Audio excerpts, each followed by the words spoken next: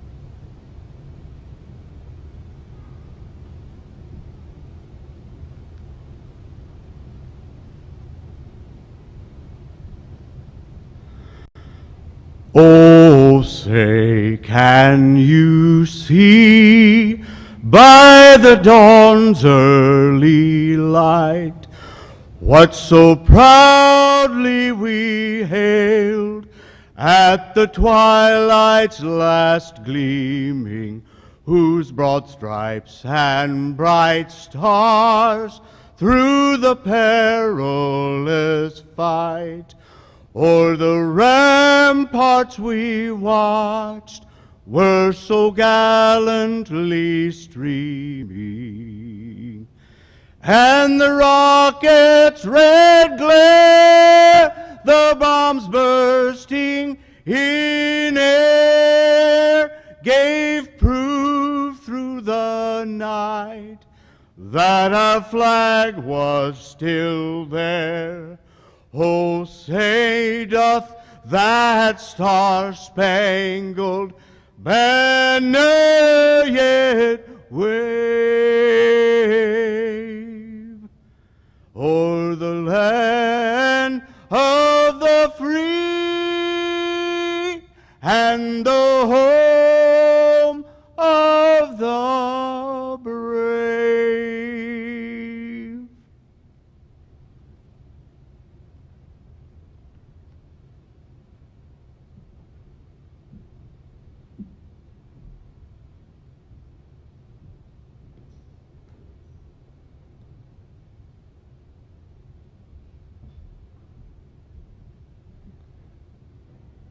You may be seated.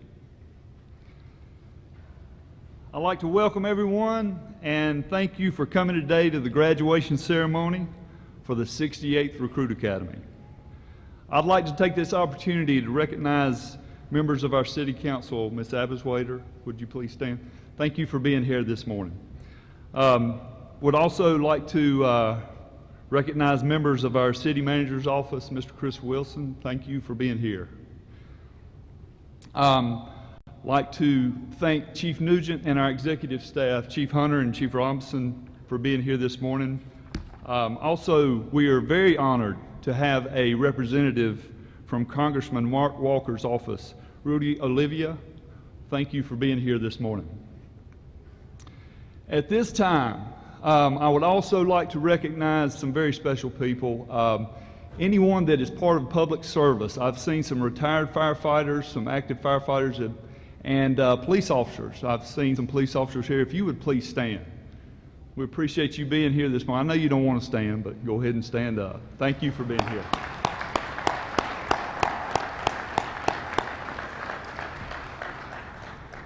And at this time, I'd like to recognize some very special people who have sacrificed a whole lot since January 1st. These people have received no recognition for their contributions with their sacrifice of these 18 graduates, and I'm talking about the family members. So family members of the graduates, would you please stand and be recognized?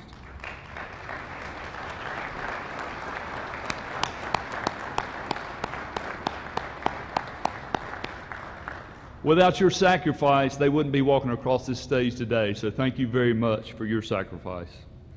The next group I'd like to recognize are our PT instructors. Along with members of our training staff, we're very fortunate to have several fitness instructors who help us daily with physical training. These guys provide motivation, encouragement, and words of wisdom on a daily basis at 7 a.m. A lot of them are not here. They're on vacation right now, but retired engineer Jesse Walker, where are you at? Please stand. Thank you for being here. We also have engineer Kenny Robertson, Captain Sean Kennedy, and Captain Cliff Oakley, who couldn't be here today. Captain Oakley will be retiring on August 31st with 46 years of service, and we really appreciate what he has always done for us here. He's always been a role model for young firefighters, old firefighters, including myself, so we want to thank him for that. Members of the Greensboro Police Department training staff, would you please stand? I'd like to recognize these personnel for their willingness to sacrifice and work alongside with us. Unfortunately, many of them are not here today because they had teaching obligations with the 100th Police Academy. The last group I'd like to recognize are members of the Greensboro Fire Department Training Division. There are not many people that get to see what goes on behind the scenes of a training academy.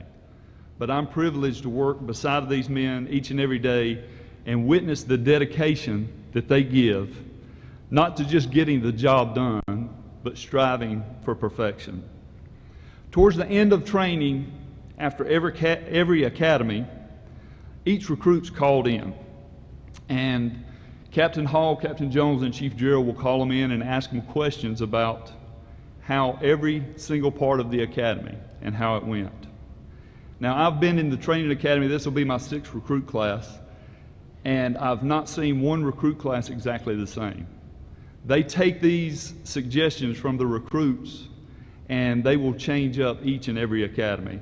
So guys, I want to publicly thank you for the dedication that you give to making the Greensboro Fire Department's Training Academy the toughest and most well-respected fire academy in the state of North Carolina. Thank you.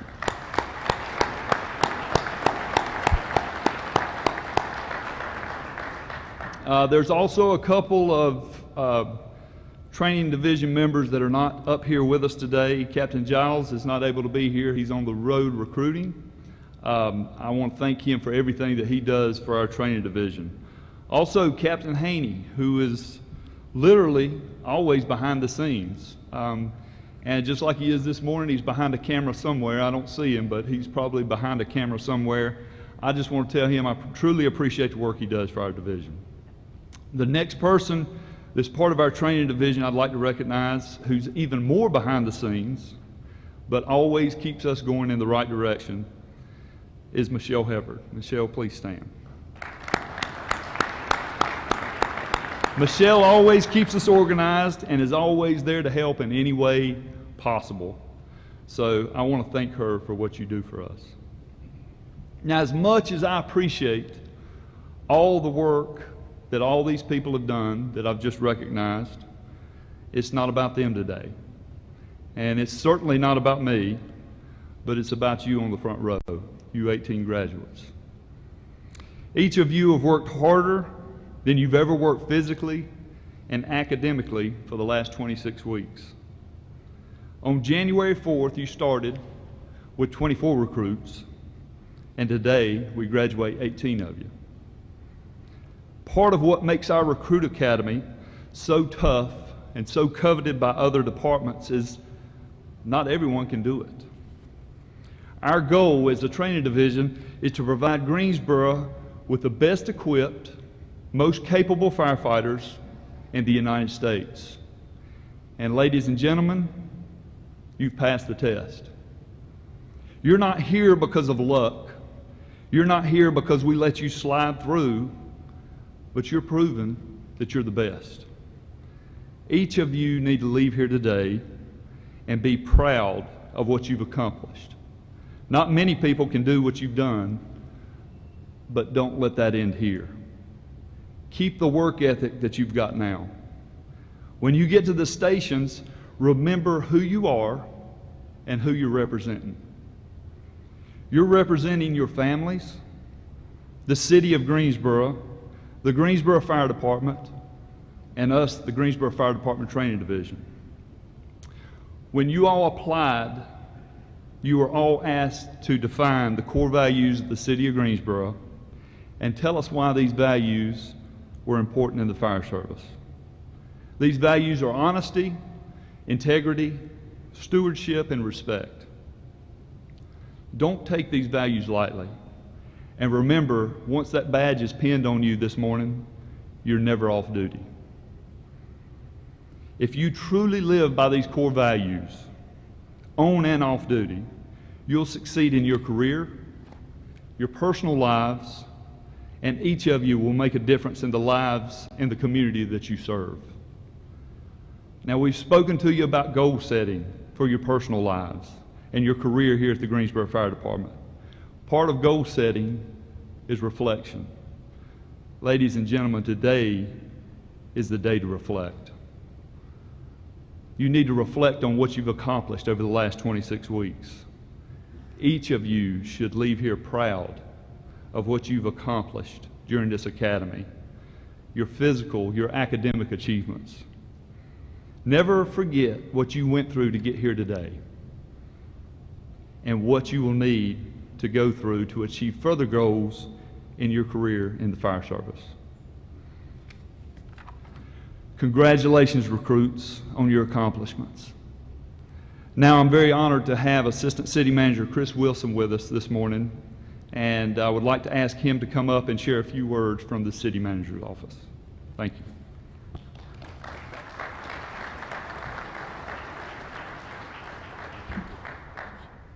Good morning. That has got to be the coolest podium I've ever stood behind. If it's missing when we leave, you'll know where it went. Again, my name is Chris Wilson. I am with City Manager's office here in Greensboro. I could not be more proud to be here this morning. I got to tell you, I've always been taught that comments at the mic are much like a comet. They should be dynamic, they should be eye-opening, and they should be over before you know it, so my comments will be brief. As I look out this morning, I recognize the importance of what's occurring here today. My tenure with the city has been 23 years, going on 24 now. I have worked with so many good men and women that do this every day. They go out and they serve the public. I cannot tell you what that means. You will recognize what that means every day. There is no greater honor than helping your fellow man and your fellow woman. No greater honor. There is no higher work. It is an honor to do this work. The respect that people have for you and what you will do is beyond anything that you've ever been given before. Take it seriously. You have made a commitment to us, to the city, to 285,000 people. Our commitment to you is we believe in you. We believe in you every day when you get up, when you go home, and as Chief Church said, you never take that badge off. We believe in you. You're risking your lives for us. Thank you. Thank you for your commitment. Thank you for what you've done. Thank you for what you will do. You will have hard days. I promise you. If you get up every morning and you remember that it's an honor to serve, it is a privilege to serve, and what you do makes a difference in this community, you will never have a bad day that lasts. Thank you so much for what you do. We have the best fire department in this country. Know that. Continue to keep that. Our future is in your hands. On behalf of the City Manager's office, on behalf of those 285,000 people, and on behalf of the City Council, thank you so much. God bless.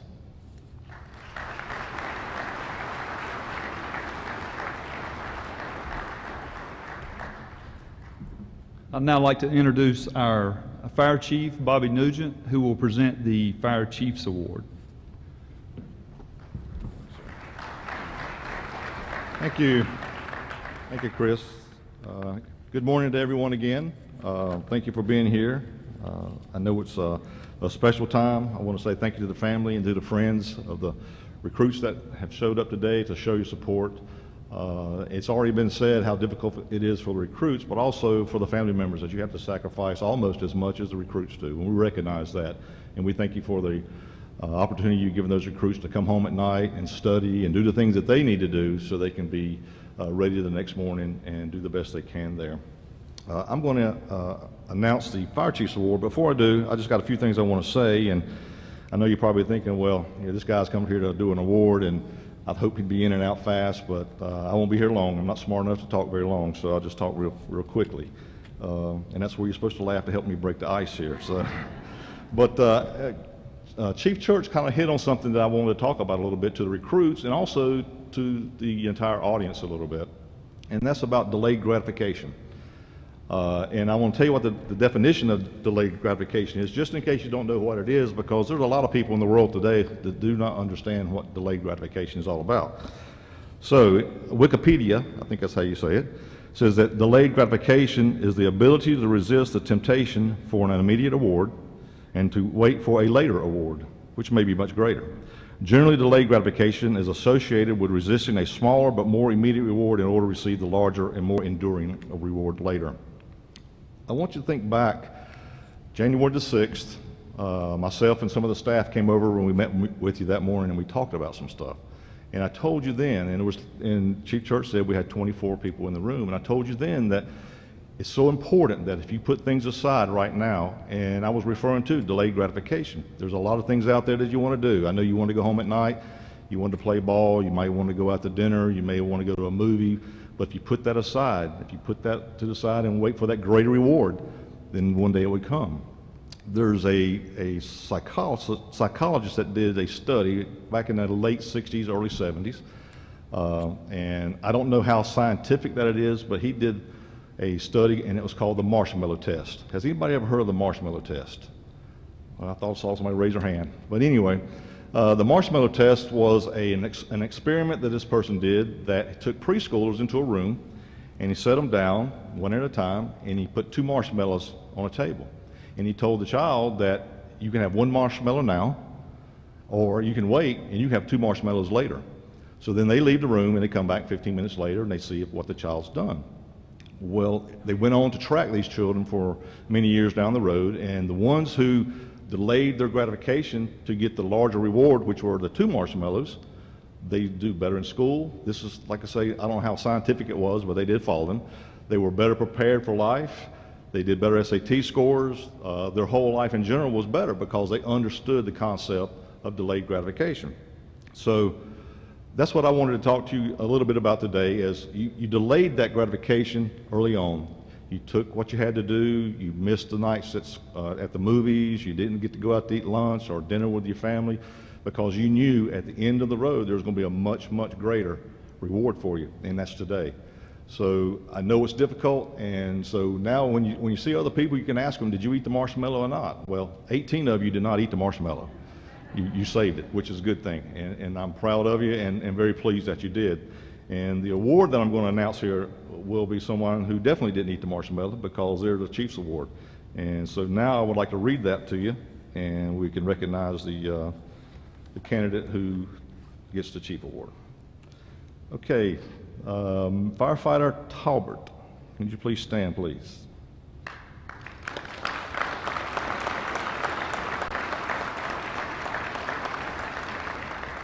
On behalf of the officers and the firefighters of the Greensboro Fire Department, I would like to congratulate you for your level of achievement over the past 21 weeks of recruit training. Your overall academic average of 97.06% places you at the top of the 68th recruit training class of the Greensboro Fire Department and has earned you the 68th Recruit Class Fire Chiefs Award. As evident by your training file, you have consistently maintained a level of excellence deserving of this award. Your commitment to maintain this superior level of academic performance serves as an inspiration to those around you. Firefighter Colton Talbert, please accept my best wishes for your continued success and achievement in the Greensboro Fire Department. If you could come forward, please.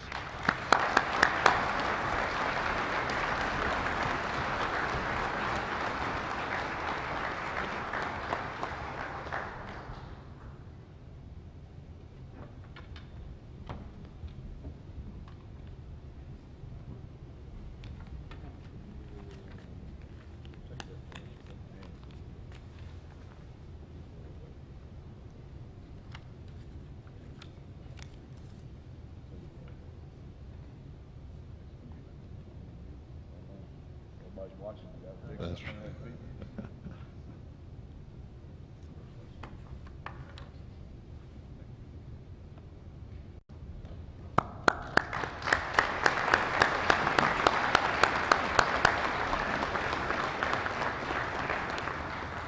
And one final thought, I just do want to say congratulations. Thank you for your hard work. You heard some good information from the folks up here. You're going to hear some more. Take your role seriously. We do have a lot of expectations out there for you. We know you're going to do a great job. And if there's anyone up here on this stage or any of these other people in this room that you need, they're always going to be there, just a phone call away to help you. So never sit out there by yourself. You always got a support system with you to take care of you and help you and make the right decisions. So congratulations and have a great day.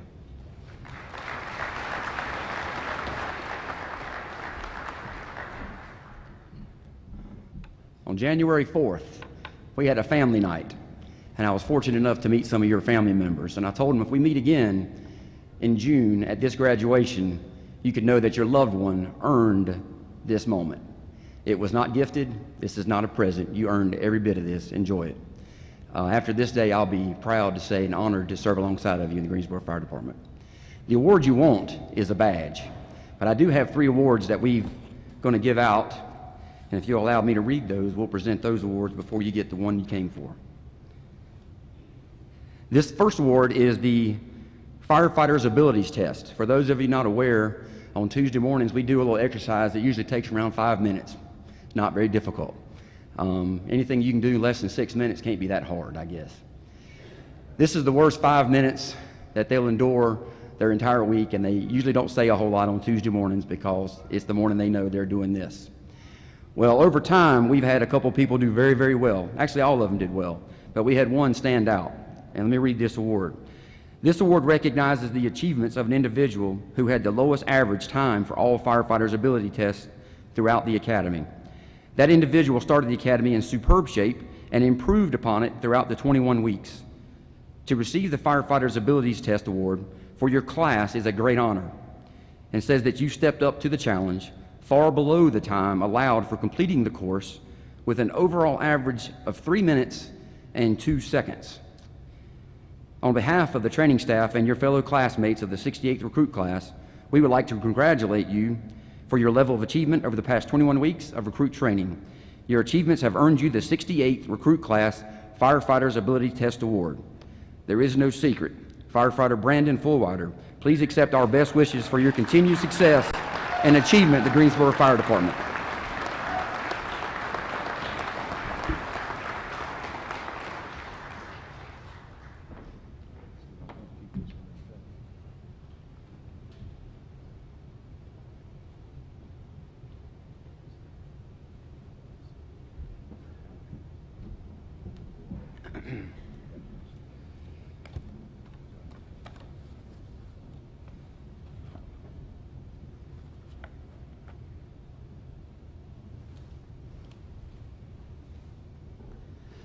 The next award is a award we've been giving out for quite some time, and it is the Training Staff Award.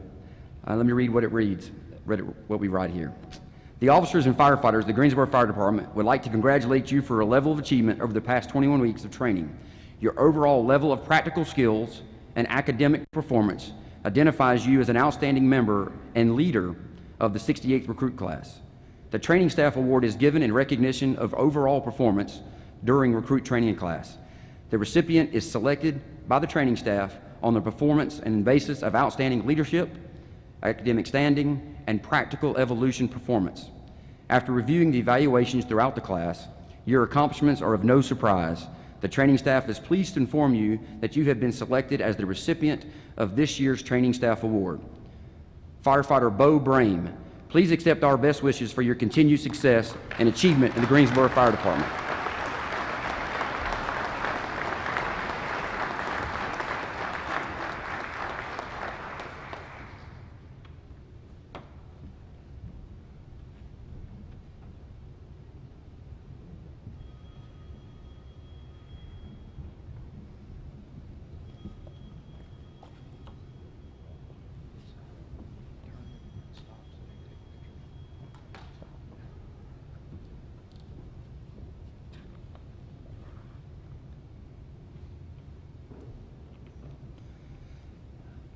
The final award that I'm going to give, I think, is a very prestigious award because it is something that the members of the 68th recruit class select. In the fire profession, earning the respect of your peers is paramount, and it means everything. This is an award from the peers to their peer. This award recognizes your abilities during the Recruit Academy to provide informal leadership to your classmates. It is a true honor to receive this recognition from your peers and speaks volumes to your integrity and to your work ethic. On behalf of the training staff and your fellow members of the 68th recruit class, we would like to congratulate you as the recipient of the 68th Recruit Achievement Award. Firefighter Tyler Hoke, please accept our best wishes for your continued success and achievement in the Greensboro Fire Department.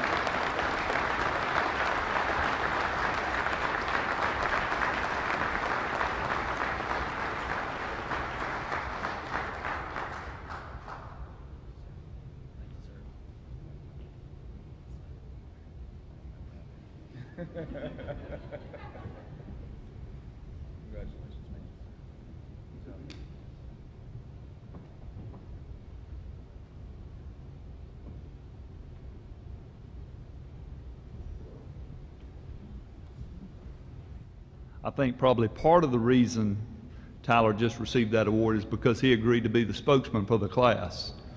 So Tyler, come on back up. Tyler Hoke will be speaking on behalf of the 68th recruit class.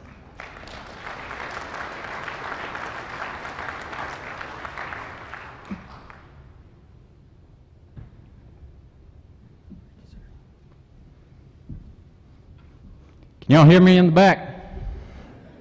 All right. Good morning, and thank you all for attending such an awesome occasion for the 68th recruit class of the Greensboro Fire Department. My name is Tyler Hoke, that's H-O-K-E, and I'm known to be long-winded, so I will try to keep this speech to under 45 minutes. On behalf of myself and my fellow recruits, I would like to give thanks to a few groups of people that have helped us on our journey to become firefighters. First, we give thanks to the training staff, which include Division Chief Dwayne Church, Battalion Chief Jim Boggs, Battalion Chief Brent Gerald, Captain Chuck Hall, Captain Brian Jones, Captain Bobby Mitchell, Captain Brandon Hutchins, Captain Kelly Giles, Captain Mike Brownell, and Captain Harold Haney, as well as the countless firefighters that instructed us throughout the course.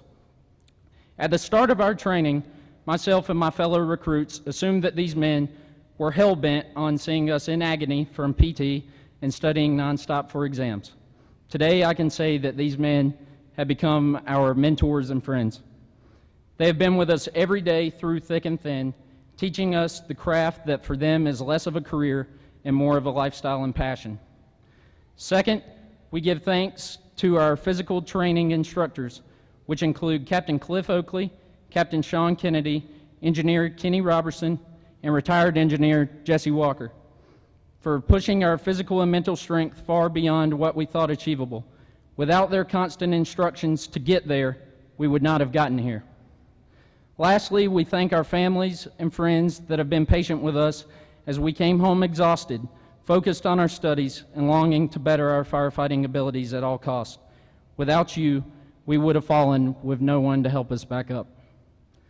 Around the 5th week of the Recruit Academy, I heard something that stuck with me throughout the rest of the 6-month course. After successfully finishing a search drill that I had previously struggled with, Captain Jones asked about my thoughts on my experience in the fog depths of the burn building. I replied that I thought it was fun. He responded, "If you're able to keep that mindset 30 years from now, then you know you're doing your job right. Let me tell you, if I've had this much fun in rookie school in only 6 months, I can't wait for what the future holds. I want to share some of my favorite moments from the past few months that still make me laugh and smile. We were a class full of fun and unique personalities. We had our oldest recruit, Dan Pops Holcomb, with this list being the only time in our entire class that he had been first out of the gate at something. There's Terrace Green Elite Motley, the gentle giant that, in the words of ESPN's Stuart Scott, was cooler than the other side of the pillow.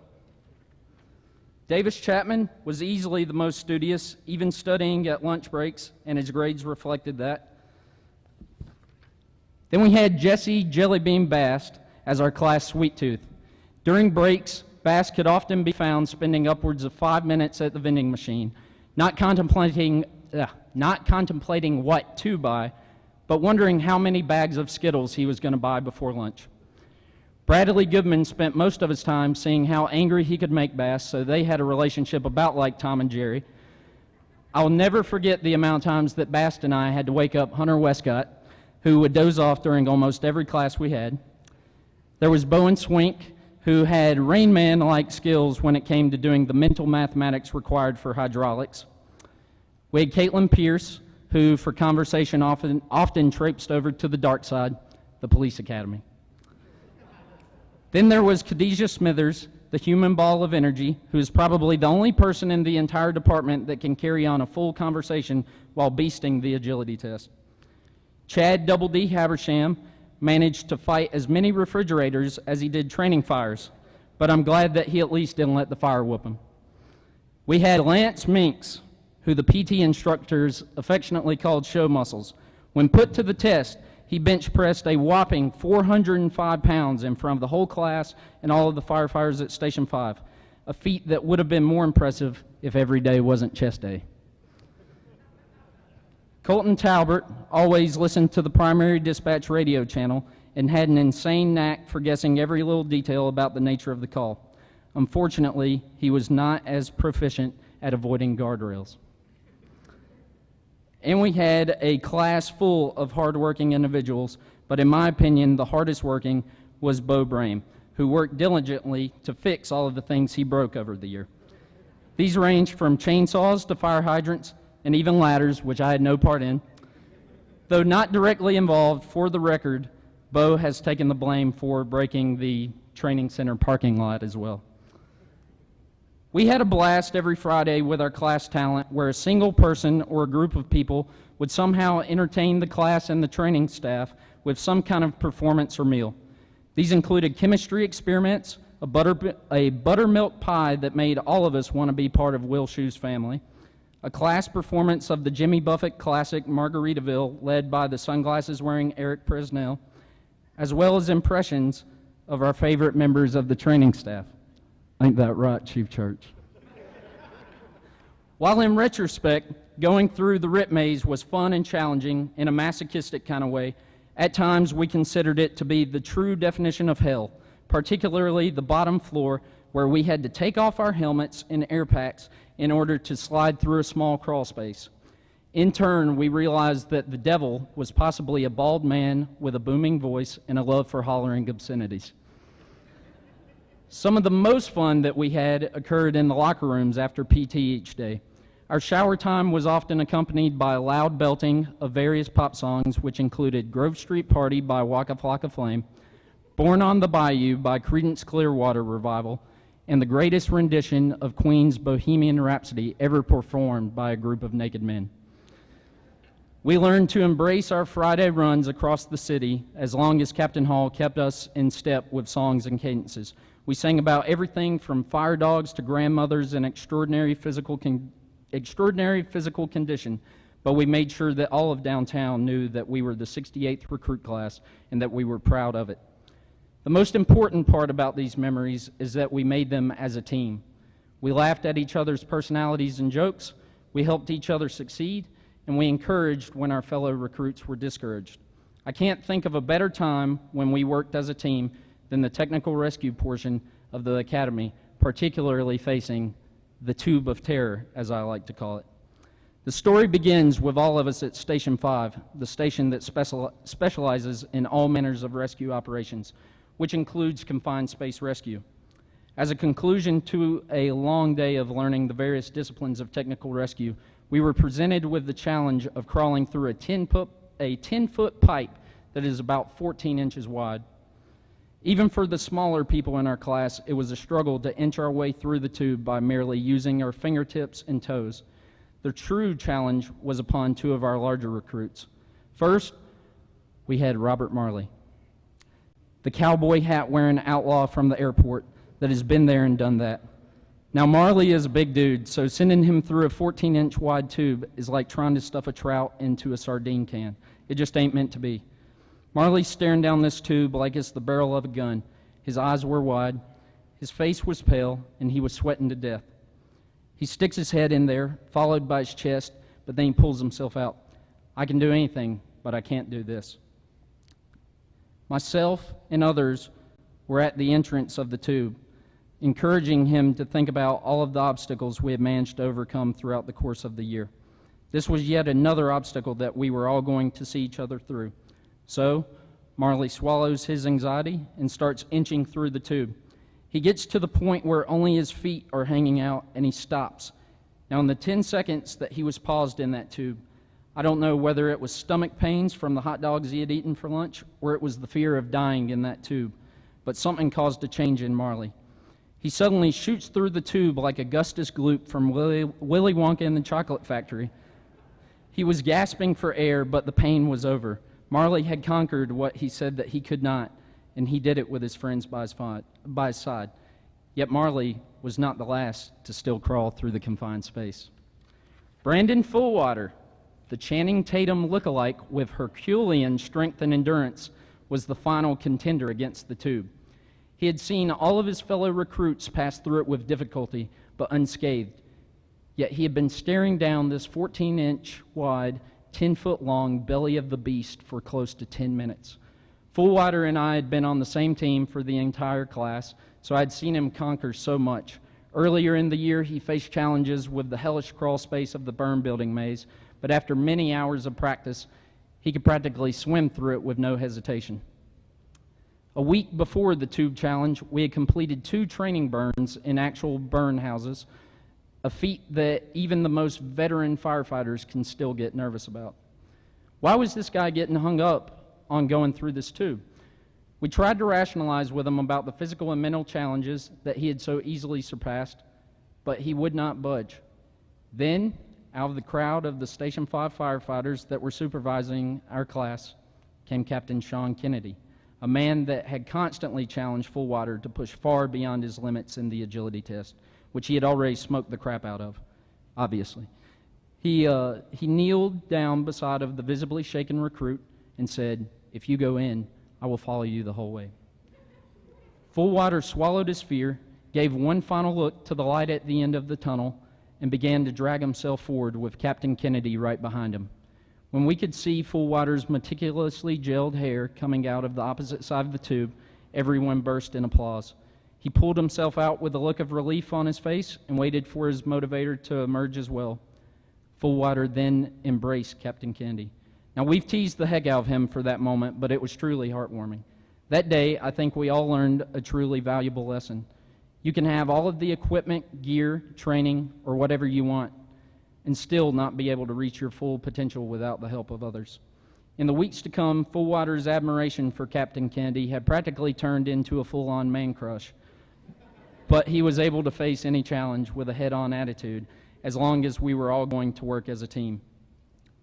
My fellow recruits, I hope that the humor is fleeting, but the message will remain for a long time. Sometimes you just need somebody to be by your side as you struggle with adversity. Whether it be pulling each other out of the burn building for training, rappelling off of the side of the drill tower, or hacking away at our agility test times, we could not have accomplished so much without working together as a team. As we transition from recruits to firefighters, our challenges will become more real, serious, and difficult. There we go. The fears of miscalculating a drug dosage or a pump discharge pressure on a test will become realities with lives depending on your knowledge and experience. You will see the extremes of both good and evil in this profession, and at times it will be crippling to deal with. But you have 17 other people who are facing those same challenges that can offer open arms to comfort you. You have the men on this stage that have been down those roads and have repeatedly told us that they are only a phone call away. You will have your crews that will struggle to face those challenges with you, but it will make your bond stronger as you continue onward together. And most importantly, you will have your friends and families to always be by your side no matter what you may face.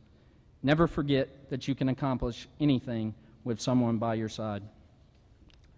So, as we are dispatched to the world by Captain Hall, Captain Jones, and the rest of the training staff, I will leave my mentors and fellow recruits with a phrase that has meant a lot to me and my peers throughout the course of our training.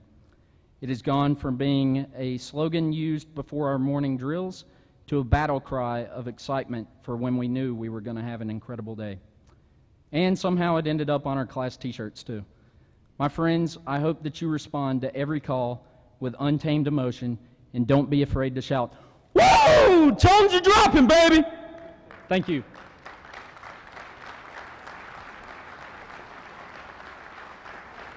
Chief Church, if you could come up here.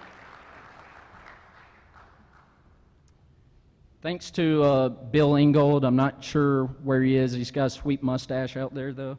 He made this plaque free of charge, so we really appreciate that. But we would like to give this from the 68th recruit class to this training staff for everything that they've done to help us over the course of the year. So thank you guys so much. Thank you. Thank you.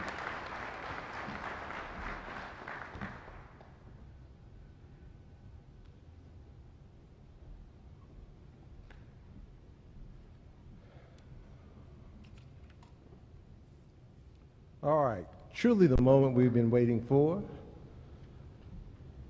Presentation of the diplomas and pinning badges. Recruits, take your stations over here. Family members who are pinning their loved one, take your place over here. Arrange yourself in alphabetical order, please.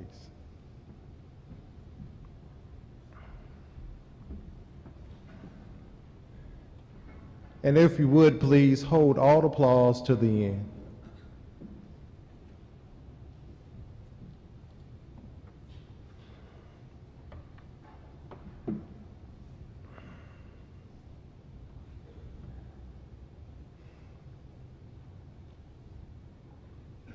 Jesse Bast, penned by Sandra Bast.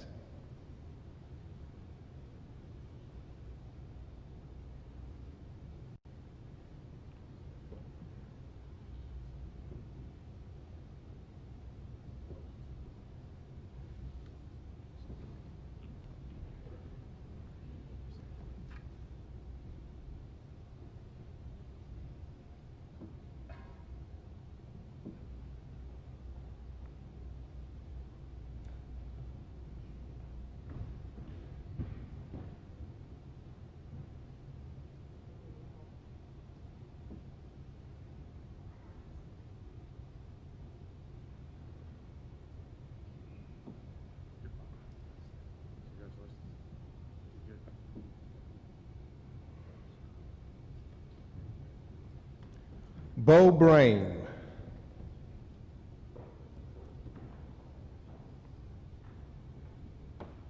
Penned by David Todd Brain.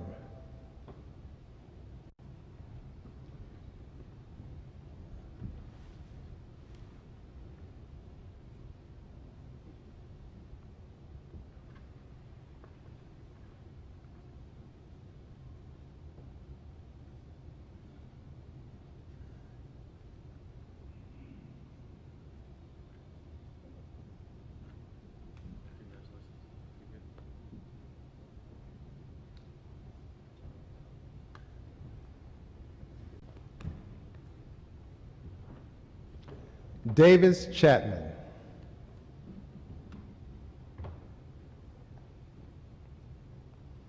Penned by Marty Chapman.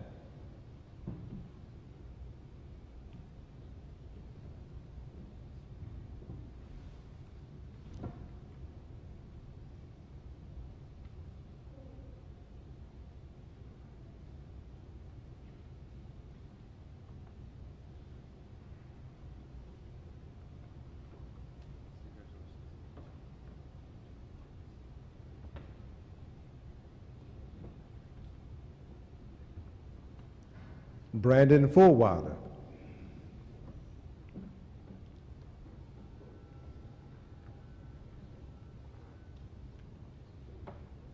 Penned by Jessica Savas.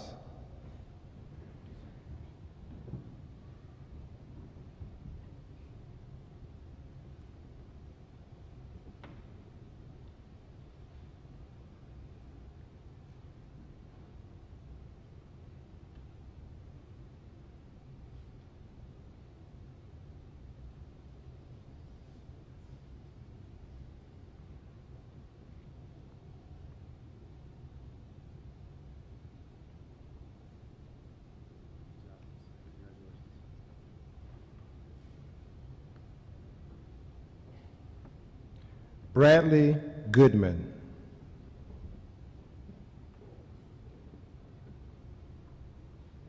Penned by Lisa Goodman.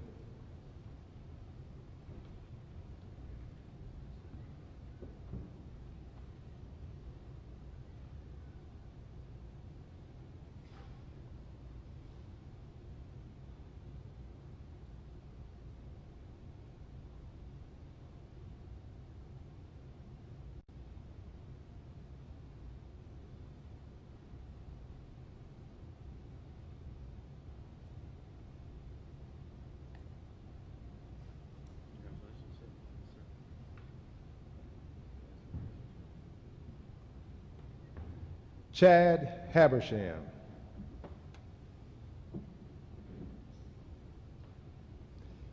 Penned by Erica Habersham.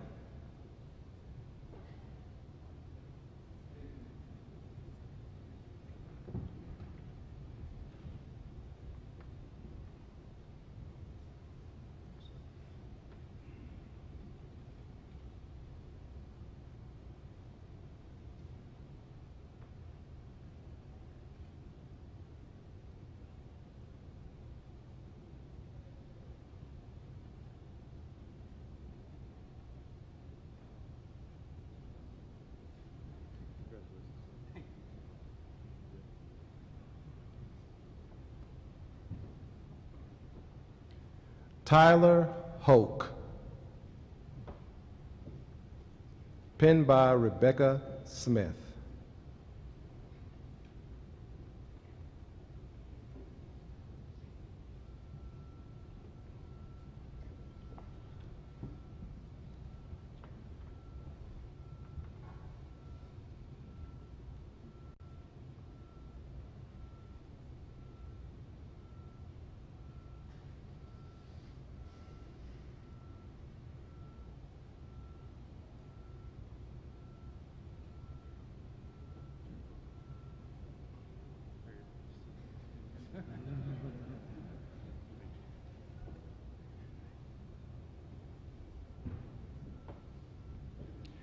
Daniel Holcomb.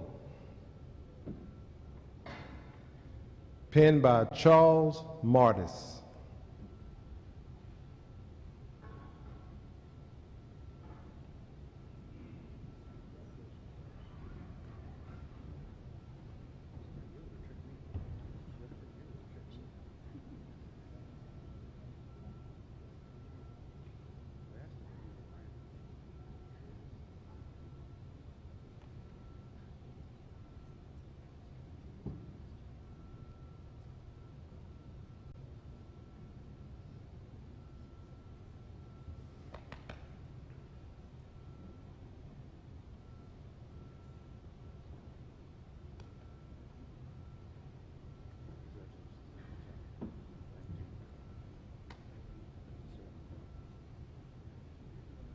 Robert Marley.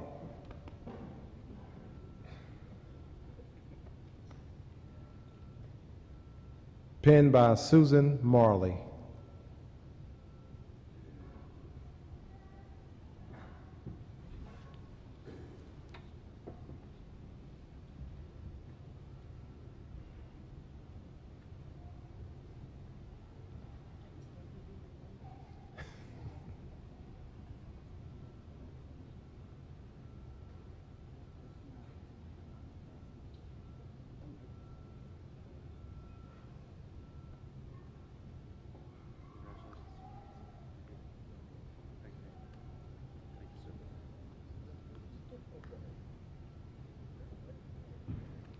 Charles Minks. Penned by Brooke Mangum.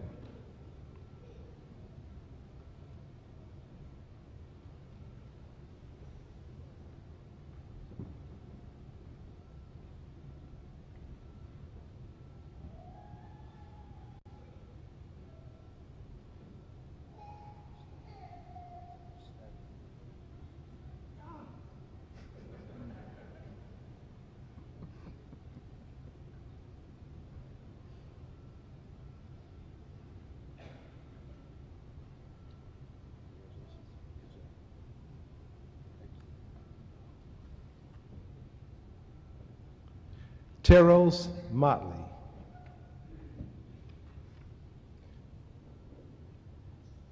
Penned by Jennifer Motley.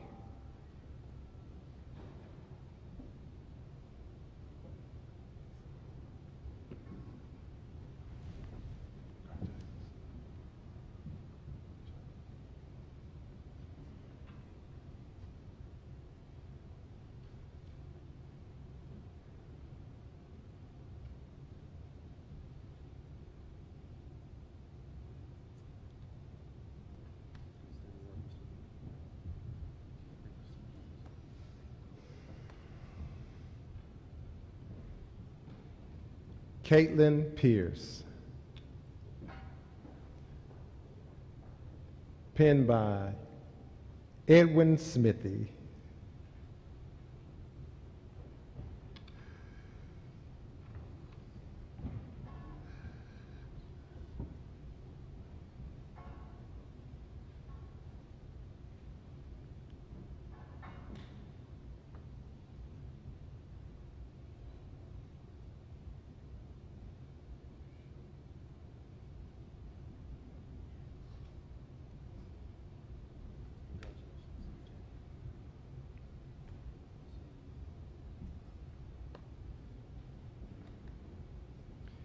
Eric Presnell. Penned by Jim Presnell.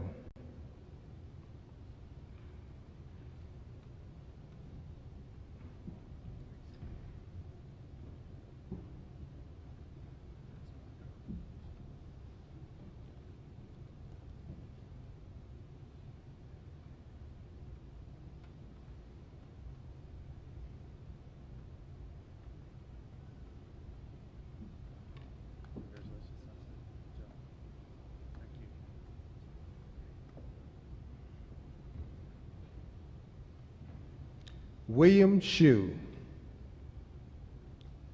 Penned by Joey Shue.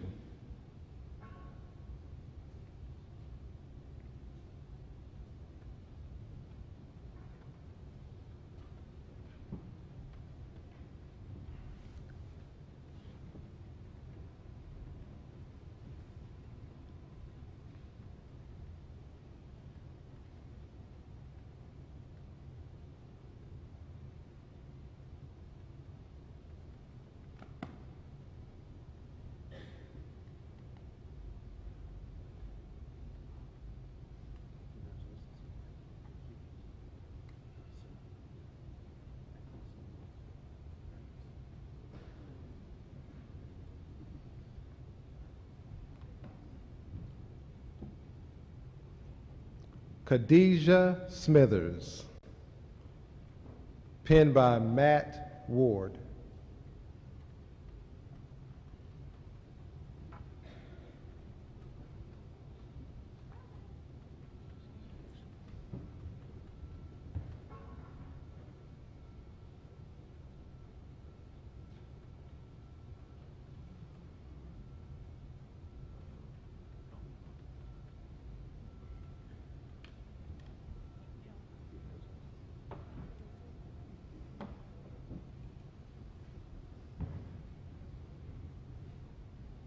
Robert Bo Swink. Penned by Robert Swink.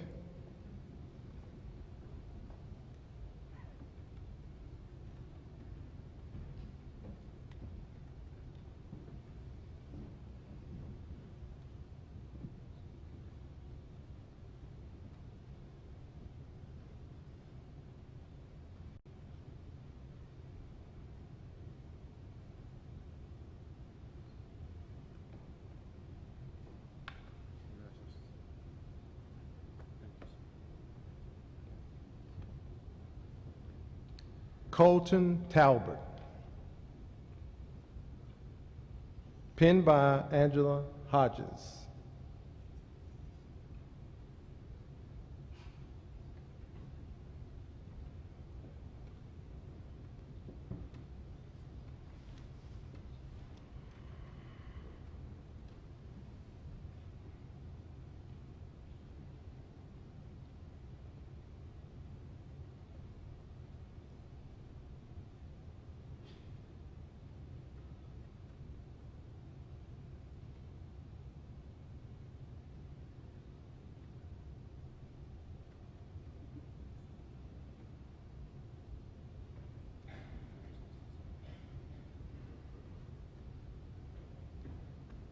Hunter Westcott.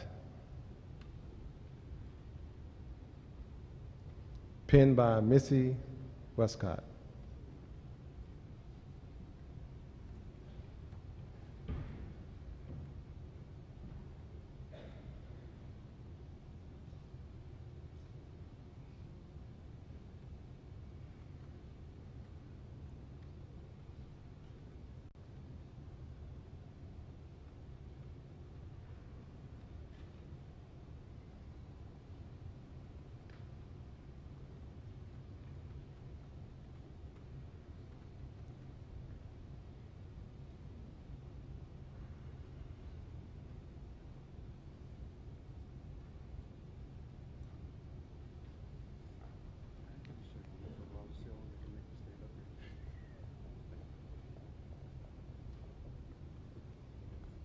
You may applaud.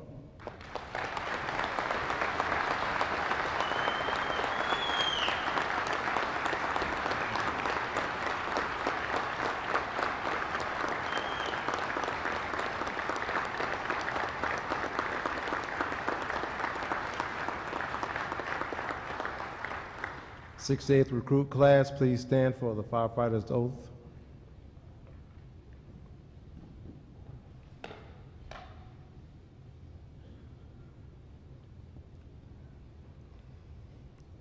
Raise your right hand.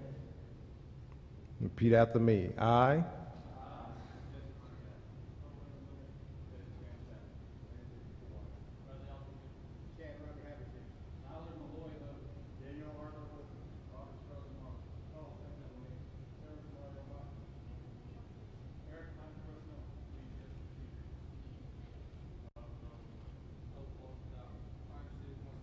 do solemnly swear that I will support the Constitution of the United States. So help me God. I do further solemnly and sincerely swear that I will be faithful and bear true allegiance to the state of North Carolina and to the constitutional powers and authorities which are or may be established for the government thereof, and that I will endeavor to support, maintain, and defend the Constitution of said state, not inconsistent with the Constitution of the United States, to the best of my knowledge and ability, so help me God. I do further solemnly swear that I will well and truly execute the duties as a Greensboro firefighter according to the best of my skill and ability and according to law, so help me God. Ladies and gentlemen, I present to you the newest members of the Greensboro Fire Department. Please join me in congratulating the members of the 68th recruit class.